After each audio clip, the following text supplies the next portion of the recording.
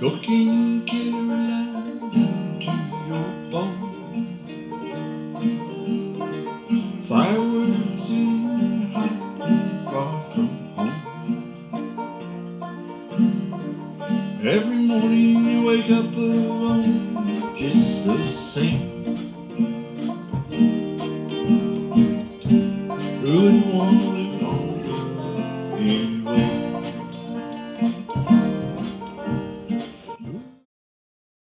I'm Dan McNay. I'm currently retired from USC for the last 3 years, and I'm writing books and painting paintings and playing a lot of music and performing and doing recording and trying to write a musical as well in my spare time. Well, I'm from southern Indiana. My hometown is actually where Indiana University is. Bloomington, Indiana. I grew up there. My parents got divorced when I was like 12 or so. My father was a pretty mean person. And so we didn't have very much money. My mom was working in a drugstore, and I started working in a restaurant when I was 14. Worked in restaurants all the way through high school.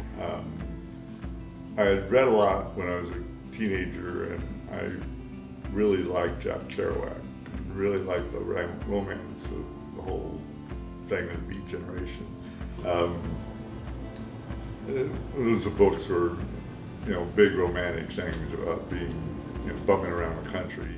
So I hitchhiked to New Orleans right after my 21st birthday. Luckily, I found a job, first place I walked into, in a printing company.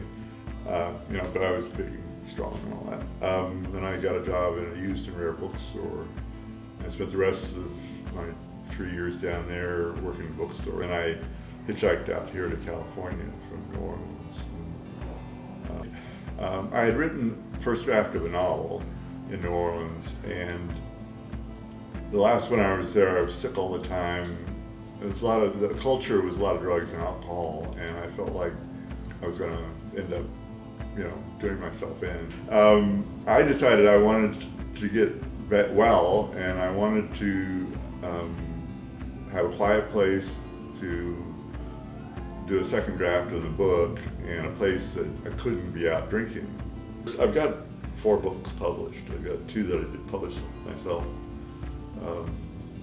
One sort of a novel. It's called It Knows You by No Other Name. It's about my childhood, basically, and my horrible father and my dysfunctional family. It's not true. It's a work of fiction. I didn't actually kill him and bury him under the dormitory at IU. This one was the book I chose strong, the painter and photographer. This was published second. The third novel I published was about this lady who I knew in New Orleans as a sort of aging prostitute. I was a friend of a friend, and I made her the main character, and she's inherited the cemetery, and she's broke because she's older and she doesn't have any clients, and so she decides to go to, try to claim as much money from the estate as she can. And the last one, this is Smallest Creatures. This was one I wrote earlier, but the publisher took it with some work on it.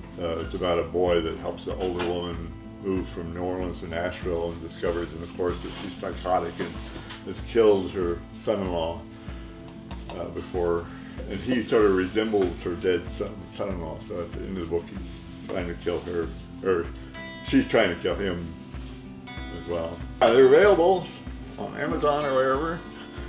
Put it in plug.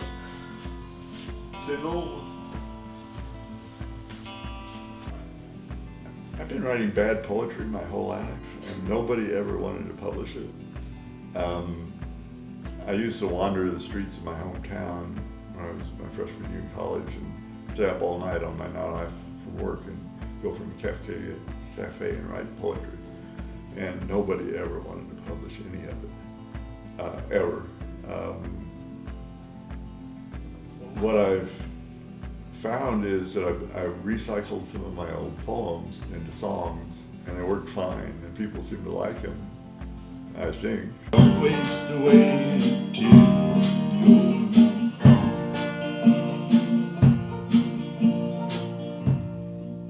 I need a little more work on that. Sort of the sense of it.